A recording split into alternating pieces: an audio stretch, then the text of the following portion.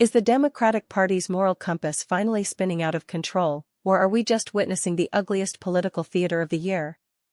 When one of the most prominent figures in the Senate finds himself shouting down protesters over the conduct of a candidate tied to Nazi symbols and sexually explicit messages, you know we've officially entered uncharted territory. Before we continue, if you want to stay on top of everything happening in US politics, hit that subscribe button right now and leave a like. It really helps this channel grow and keeps us bringing you the facts that the mainstream media might be trying to bury. The scene outside the Democratic Senatorial Campaign Committee headquarters in Washington, D.C., was nothing short of chaotic.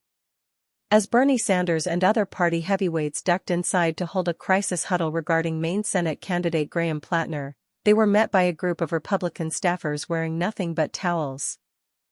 This wasn't just a random stunt, it was a biting, visual protest directed at a leaked Kik profile photo of Plattner, a photo that showed the candidate shirtless and wrapped in a towel, all while using a platform notorious for being a predator's paradise. But the towel stunt was just the tip of the iceberg. Plattner is currently under fire for a litany of controversies that would typically sink a campaign in a heartbeat. We're talking about a tattoo that has been identified as a Nazi symbol, though he claims it was an innocent mistake from years ago. We're talking about disturbing Reddit posts that allegedly mocked Purple Heart veterans, pushed vile racial stereotypes, and even blamed rape victims for their own trauma.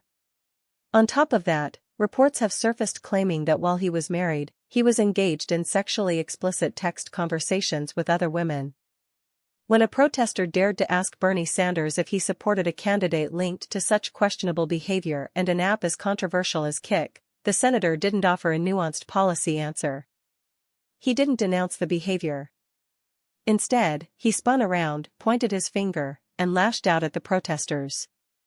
He shifted the focus entirely to the Republican Party, shouting, "Are you talking about morality and corruption? With President Trump?"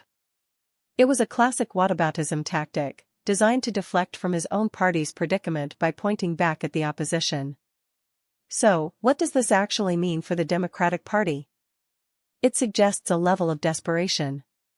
By standing by Plattner just days before the June 9 primary, the party leadership is signaling that they are willing to overlook nearly any controversy if it means holding on to a Senate seat. They are in a state of triage. When top names like Cory Booker are forced to admit that Plattner has questions to answer, it's clear that the party is deeply uncomfortable with the optics, yet they remain tethered to the candidate. This creates a massive liability for the Democrats in the general election. If they continue to defend a candidate with this kind of baggage, they are handing the Republicans a goldmine of attack ads for the fall. It raises a fundamental question about the current state of political loyalty. At what point does the goal of winning a seat outweigh the moral obligation of a party to vet its own candidates properly?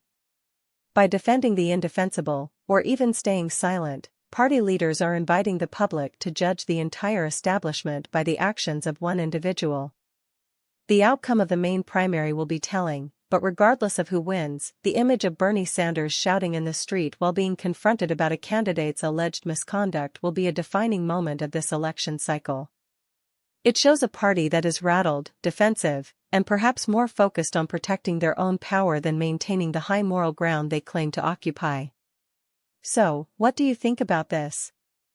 Is Bernie Sanders right to deflect to Trump, or is it time for the Democratic Party to cut ties with Graham Plattner immediately?